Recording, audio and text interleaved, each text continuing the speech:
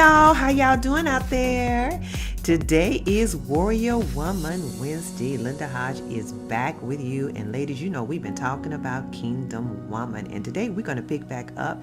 This is actually number 3. So let's get started. A Kingdom Woman expels spirits of frustration, regret, and hopelessness, versus a carnal woman loves to wallow in self-pity.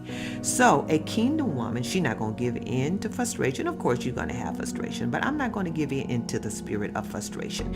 You know, that's that thing that kind of like always lingers everywhere you go. I mean, it just kind of like travels with you throughout the day, every minute, second of the day. You're always frustrated about something. You're always upset about something. Something is not going your way. Somebody done got on your nerve today. Somebody done got in your space. Somebody done, just kind of flip you off on today. So a kingdom woman, she expels spirits of frustration, regret, and hopelessness. You can't really live in regret and expect to be prosperous and expect really to walk in your destiny. Whatever have happened in your past, honey, you got to let it go and you got to move on. Versus a carnal woman loves to wallow in self-pity. You know how that goes. Many times, every once in a while, we want to have a self-pity party because we just need to feel sorry for ourselves because ain't nobody giving us no attention. Ain't nobody really concerned about what we doing. So we wallow in this self-pity. So you got to not allow self-pity to take you over. Matter of fact, you got to disarm it from your life, and you've got to learn to fight for your life. You got to fight for your future. You got to fight for your destiny and what God has called you to do, and you cannot do it wallowing in self-pity.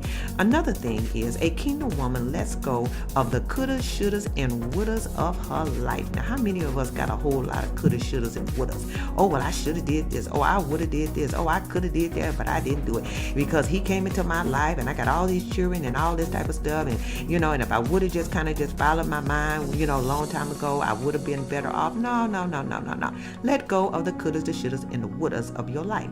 Versus a carnal woman thrives on her past.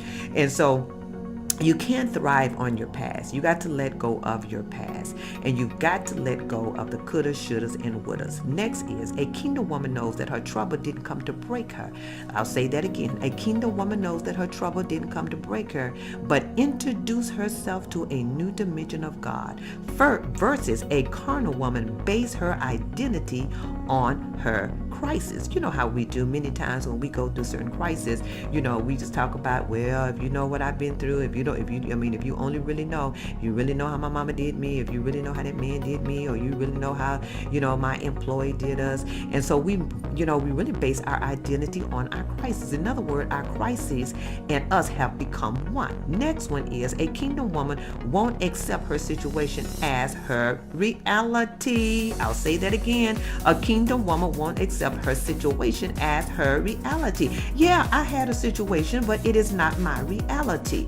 It is not something that I am going to allow life to define me on. Versus a carnal woman feels that her situation is her future. I'll say that again. A carnal woman feels that her situation is her future. Yeah, I may have made some bad decisions. Yeah, I may have kind of messed up on some things. I'm making some good decisions and so forth. But I got to realize that my situation does not define me. What I've done in the past is in the past. And God has something so much greater for me in my future than what I ever thought that I had in my past. And then the last one for today, ladies, is that a kingdom woman trusts God when she can trace him, but a carnal woman is only moved by what she sees. So I'll say that again. A kingdom woman trusts God because she knows that she can trace him. She can trace his faithfulness because he has been faithful to her all along. Even when she didn't realize he has been faithful to her, as she count back and remember of the goodness of the Lord, she remembers that God has been faithful to her and she can trace his faithfulness. Versus a carnal woman is only moved by what she sees. Well, ladies, my time is up on today. Thank you once again for tuning in to Warrior Woman Wednesday, and I will see you on part 4 on next week. Bye-bye.